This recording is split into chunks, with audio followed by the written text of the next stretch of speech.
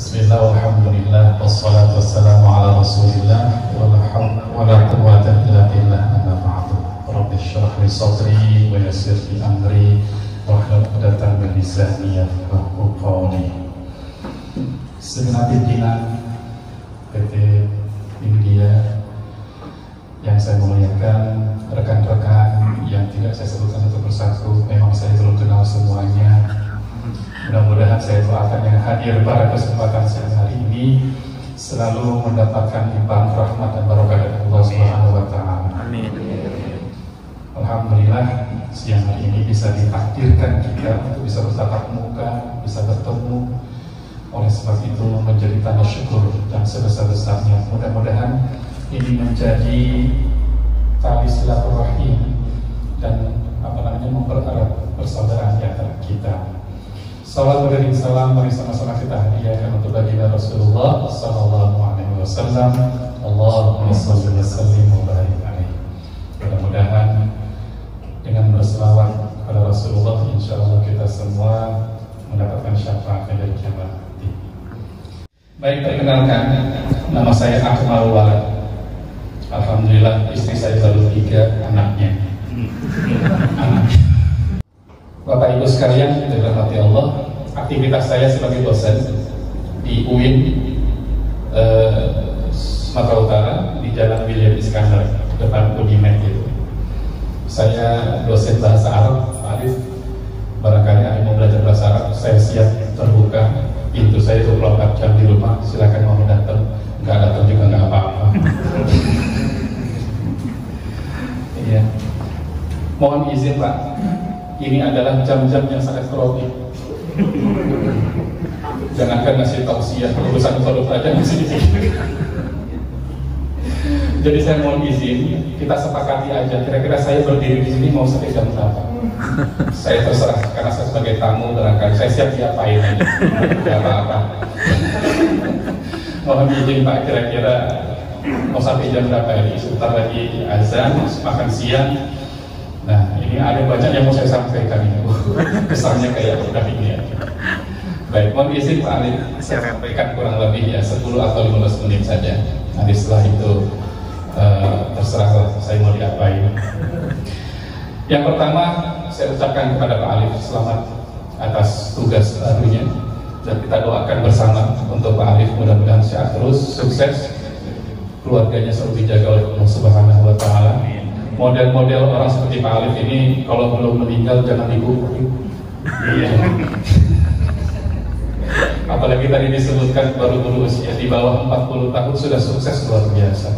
Ini patut menjadi banyak belajar daripada beliau. Kira-kira apa tips-tipsnya sehingga kita juga bisa mengikuti jejak beliau.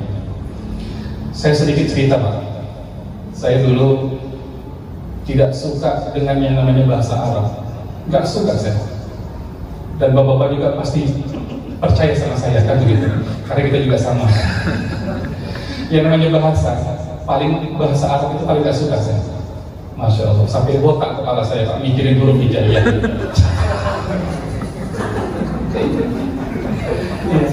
Enggak apa-apa. Tapi apa dibalik semuanya? Bapak sekalian, ini sebagai kalau dalam istilah bahasa Arabnya tahaddus bin ni'mah. Artinya menceritakan kenikmatan yang sudah kita capai. Dan ini harus supaya apa? Memotivasi kepada orang-orang lain, orang-orang tercinta kita. Barangkali dia bisa mengikuti apa yang sudah kita capai. Nah, Bapak Ibu sekalian, ceritanya begini. Setelah SMA, saya berpikir, apakah saya SMA-nya di Jatiwaringin, Bekasi, Pak, di sekolah SMA Syafi'iyah. Tamat, bingung saya. Apakah masih berada di Pulau Jawa atau balik ke Sumatera? Akhirnya saya berpikir, adalah balik sajalah ke kampung. Saya pikir begitu, barangkali bisa membantu orang tua. Apa kata ayah? Jangan. Kalau hanya persoalan biaya dan sebagainya, ayah siap membiayakan. Berapa yang kau butuhkan? Kira-kira begitu motivasi. Tapi yang saya maksud itu bukan persoalan biaya. Saya bingung ilmu apa yang mau saya dapatkan di perkuliahan itu. Ayah menyarankan begini Pak. Ya udahlah, kau ambil saja bahasa. Kalau kau mau bahasa Arab, alah, pentinglah pertama. Jangankan bahasa Arab, bahasa Inggris saja, little I can lah Pak. Nah ini harus belajar lagi bahasa Arab, Masya Allah. Oke, saya siap, ini tantangan saya bilang. Akhirnya Pak, yang semula ketika waktu itu kan ada namanya PMDK Pak, masuk ke kampus negeri tanpa ujian. Artinya ada perekrutan dari sekolah yang berprestasi, siswa-siswa yang berprestasi. Maka saya coba ikut Pak. Yang semula tadi saya mengisi ingin belajar bahasa Jerman Pak, pengen seperti Pak Habibie karena kepalanya bersama kayak saya. Akhirnya Pak, di akhir waktu untuk mengajukan formulir itu tadi, saya coret, saya ikuti saran ayah. Saya coret bahasa Jerman, saya ganti bahasa Arab. Bapak Ibu, 16 orang yang diminta diajukan untuk masuk perguruan tinggi negeri UNJ, Masya Allah. Dari 16 Pak, begitu pula pengumuman yang lulus 4. Bahasa Arab 2 orang, 1 biologi, 1 olahraga. 4 orang Pak dari sekolah saya masuk ke negeri tanpa tes. Maka saya bersyukur, ternyata dari bahasa Arab ini sudah menjadi pintu masuk saya ke negeri tanpa biaya sedikit pun, tanpa tes. Teman-teman sibuk belajar bimbingan, UMPTN dan sebagainya. Ternyata ujung-ujungnya masuk ke kampus swasta. Bukan berarti saya menyebutkan negeri lebih baik daripada swasta, tidak. Yang ingin saya sebutkan adalah biaya pendidikannya lumayan murah dibandingkan yang swasta. Waktu zaman saya tahun 1999 itu SPP-nya per semester masih 250.000. IKIP, dulunya IKIP, berubah menjadi UNJ, Universitas Negeri Jakarta. Selesai Pak 4 tahun bahasa Arab, satu pun ilmu nggak ada yang lengket Pak. Ya ada sih yang bekas-bekasnya saja lah. Selesai S1, saya minta sama ayah apa yang harus saya lakukan ini setelah S1? Ya kalau kamu S2, nggak apa-apa. Lagi-lagi saya harus bingung, ilmu apa lagi yang mau saya ikuti, mau saya ambil. Ya udahlah, kalau kau masih berkenan, bahasa Arab. Alamak jangan. Yang satu S1 aja minta ayah izinkannya. Apalagi mau ngambil S2. Ampun. Ya udahlah, saya coba ambil S2 Pak. Singkat cerita Pak, di S2 inilah saya pontang-panting. Kenapa? Membaca huruf yang baris saja susah, apa yang gundul. Itu yang kita sebut dengan kitab-kitab kuning itu Pak. Huruf bahasa Arab itu nggak ada yang berharokat Pak. Ya Allah, sulitnya saya membaca apalagi gundul. Singkat cerita, S2 saya selesai selama 5 tahun. Yang harusnya bisa cuma 2 tahun, 5 tahun saya selesaikan. Dari 2004 sampai 2009. Selesai S2 bahasa Arab. Ya. Disuruh ayah pulang anak. Ayah kayaknya butuh tenaga kamu di sini. Apalagi usia ayah sudah mulai lanjut. Siap ayah, saya pulang. Disitulah saya semua bawa keluarga Pak.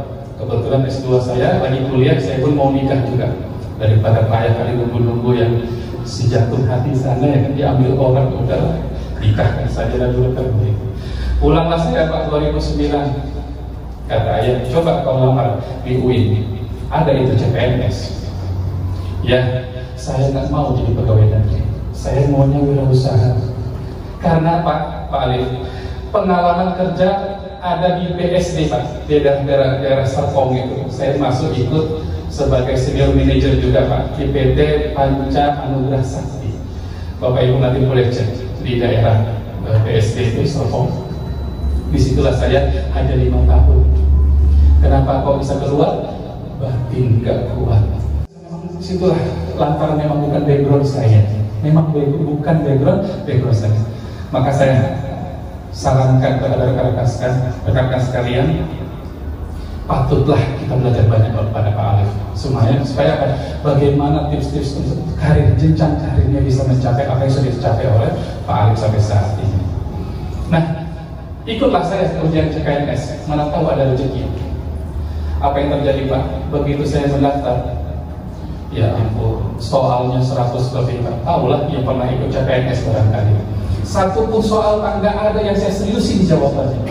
Kenapa? Memang saya nggak pengen ikut jadi PNS, tidak mau jadi seorang pegawai negeri. Ya udahlah. 5 menit selesai. Yang lain pada bingung Pak. Aduh, saya lewat.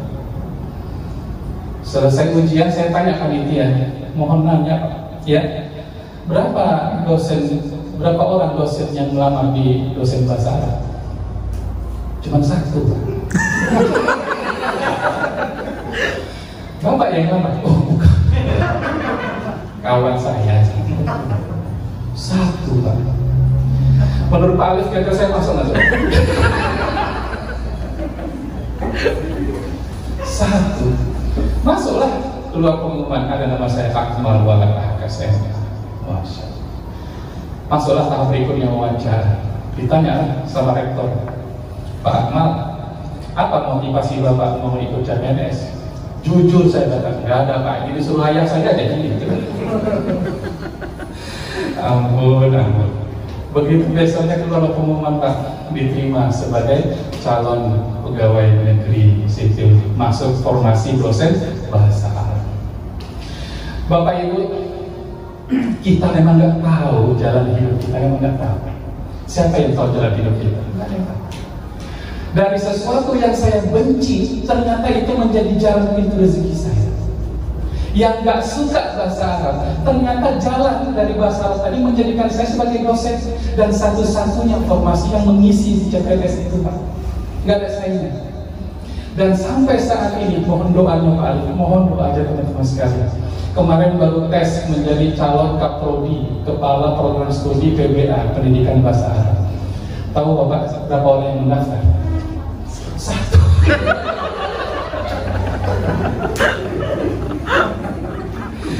Nah ini lagi menunggu Pak, kira-kira apakah saya yang diterima itu atau orang lain? Karena pengalaman yang sudah kemarin yang jadi dekan, yang jadi wakil dekan, dia yang mendaftar, dia yang mencalon, tapi orang lain yang masuk. Nah, kata teman-teman, siap-siap nanti Pak Akmal ditikung orang. Bismillah, kalau memang rezeki, saya siap menerima amanah itu. Tapi kalau memang nggak siap, kalau memang bukan saya yang dijadikan sebagai Kaprodi, saya siap mendukung siapapun Kaprodi di prodi saya itu. Apa hikmah yang bisa saya sampaikan Bapak Ibu sekalian? Inilah takdir atau ketetapan yang Allah berikan. Siapa yang bisa menebak COVID ini di tahun 2020 ini? Walaupun sebenarnya di tahun-tahun sebelumnya itu sudah ada semacam pemikiran-pemikiran bakal semacam disetting dan sebagainya. Allah. Tapi yang bisa kita imani sebagai seorang yang beriman, apa yang sudah ditentukan Tuhan, apa yang sudah ditetapkan oleh Allah, itu semua sudah termaktub dalam Al-Quran. Dalam surat At-Taubah ayat 51. Qul, katakan wahai Muhammad, la yusibana illa ma kataballah. Wahai Muhammad, katakan kepada mereka, apa yang sudah ditetapkan oleh Allah, itulah yang akan terjadi. Semula nggak yakin saya bisa masuk PNS. Kenapa? Saya dosen-dosen pintar semua. Kalau saya Pak Alif, paling banter, nilai saya Pak, kebanyakan C-nya sama B-nya Pak, udah itu aja. Tapi ternyata Allah ada memiliki jalan yang terbaik. Saya yakin apa yang disebutkan Pak Alif tadi, mungkin ini adalah dari doa orang tua kita. Itu pasti, terutama seorang ibu, doanya makbul. Pak Alif, dalam keluarga saya termasuk orang yang taat sama ibu. Nah, Bapak Ibu sekalian dimuliakan Allah, ini yang pertama. Paling tidak kita harus siap apa yang sudah Allah takdirkan buat kita. Kita nggak tahu 1 menit atau 2 menit yang berikutnya ini, kita nggak tahu apa yang akan terjadi.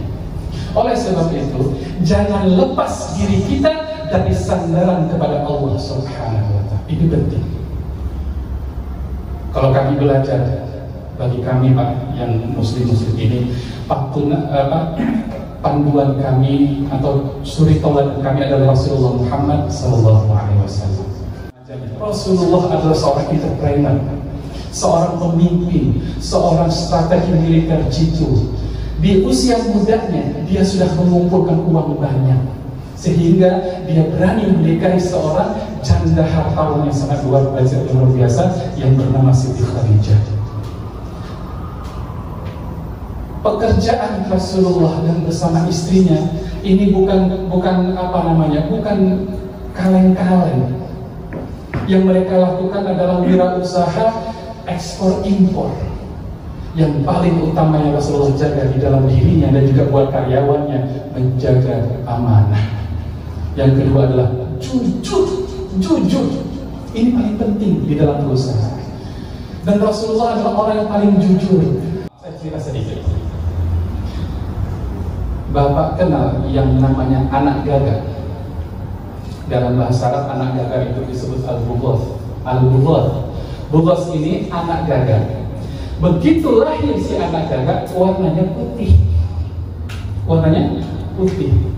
Induknya hitam. Begitu menetas, putih pula kau ini. Disangkanya bukanlah anaknya. Maka si induk itu meninggalkan si anaknya. Ditinggalkan anak itu sendiri. Mengapa? Dianggapnya ini bukan anaknya. Putih, mamanya hitam. Nah, ini kita bicara masalah rezeki. Lalu apa? Dipantaulah si induk ini dari jauh, memantau anak ini macam mana ini, siapa kira-kira memberikan rezekinya dan sebagainya. Ternyata dengan kekuasaan Allah, dari al-bughath ini, si anak gagak ini mengeluarkan bau yang tak sedap, dari aroma-aroma yang tak sedap dari dirinya. Lalu datanglah semut, datanglah serangga-serangga yang kecil-kecil ingin memakan si anak bughath tadi, anak gagak tadi. Disitulah rezeki yang Allah berikan. Semut datang, serangga datang, dicaploknya. Coba. Dari apa? Cara mengundangnya, aromanya badannya yang bau tadi. Masya Allah. Akhirnya begitulah cara Allah memberikan rezeki. Nah, saya yakin di India ini, saya yakin sekali keberhasilan, pencapaian yang diceritakan oleh Pak Alif tadi, ini memang sudah rezekinya bapak-bapak sekalian, sudah rezekinya ibu sekalian. Dan bukan karena hitungan-hitungan apa yang bahasa bapak tadi serba kebetulan, tidak. Saya yakin pencapaian yang sudah berhasil ini memang sudah dilakukan strategi jitu. Bagaimana untuk bisa menyelamatkan atau menyenangkan atau mensejahterakan kawan-kawan sekalian. Halo, masih kuat. Ini jam-jamnya COVID Pak, makanya saya kalau di kampus Pak, jam segini saya nggak mau ngajar, nggak mau. Yang masuk tahap apa belum tahu. Baik, selanjutnya yang ketiga, yang terakhir, Bapak Ibu sekalian memuliakan Allah. Yang patut kita lakukan adalah bersyukur atas segala nikmat yang telah Allah berikan. La in syakartum la azidannakum wa la in kafartum inna adzabi lasyadid. Dalam Al-Qur'an. Capaian-capaian yang sudah diraih ini harus disyukuri. Kalau bisa dipertahankan. Memang mempertahankan itu lebih sulit daripada untuk mencapainya ini tadi. Saya yakin di di atas kepimpinan Pak Alif ini, insya Allah karyawan-karyawannya semuanya sejahtera. Amin. Saya melihat wajah-wajah ketulusan, apalagi wajah ketulusan daripada Pak Alif. Saya berdoakan juga mudah-mudahan teman-teman sekalian selalu dalam keadaan sehat walafiat, selalu dalam keadaan lindungan Allah Subhanahu wa Ta'ala. Dimudahkan rezeki Bapak Ibu sekalian, dibayari semua utang-utangnya. Amin. Ya. Kemudian yang ngasih utang mudah-mudahan lupa juga sama Bapak Ibu semua. Udah pastinya itu. Maka selalu kita bersyukur kepada Allah. Syukur yang harus kita lakukan tidak hanya mengucapkan terima kasih Pak Alif apa yang sudah Bapak upayakan buat kami, tidak. Yang kita syukuri adalah bagaimana kita terus berupaya sekreatif mungkin, seaktif mungkin, bekerja keras dan sebagainya.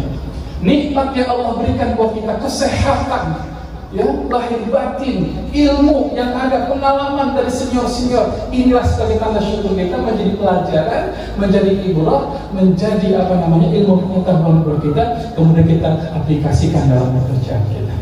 Saya yakin Bapak Ibu ini adalah orang sukses. Saya yakin orang-orang yang di India ini pasti adalah orang sukses, orang pilihan, orang pilihan.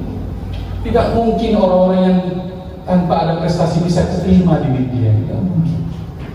Oleh sebab itu, sebagai tanda syukur kita, karena kita sudah diterima di lingkungan India ini, yang dimana tidak semua orang bisa masuk ke sini, apalagi saya. Ini lantar saya diundang aja di sini, nggak pernah saya pernah ke sini. Tapi alhamdulillah ini adalah suatu syukur saya Saya berterima kasih melalui Pak Arif dan Mas Sigit dan sebagainya, saya bisa bersilaturahim. Dan sebagai tanda syukur saya, apa yang saya miliki dari keilmuan saya siap share kepada teman-teman sekalian. Ya, apa yang membutuhkan, apa yang Ibu persoalkan dan sebagainya berkaitan barangkali dengan bahasa, dengan apapun terjemahan dan sebagainya, dengan ilmu yang ada sedikit ini, saya siap share kepada siapapun. Baik, Bapak Ibu sekalian dimuliakan Allah, mudah-mudahan yang sedikit ini Bapak ada manfaatnya. Sekali lagi saya terima kasih kepada seluruh redaksi pimpinan PT India, dan saya doakan mudah-mudahan PT India selalu dalam keberkahan dan dilindungi Allah Subhanahu wa Ta'ala. Amin ya Rabbal alamin. Terima kasih atas perhatian. Mohon maaf atas segala kekurangan. Billahi taufiq wal hidayah. Wassalamualaikum warahmatullahi wabarakatuh. Waalaikumsalam warahmatullahi wabarakatuh.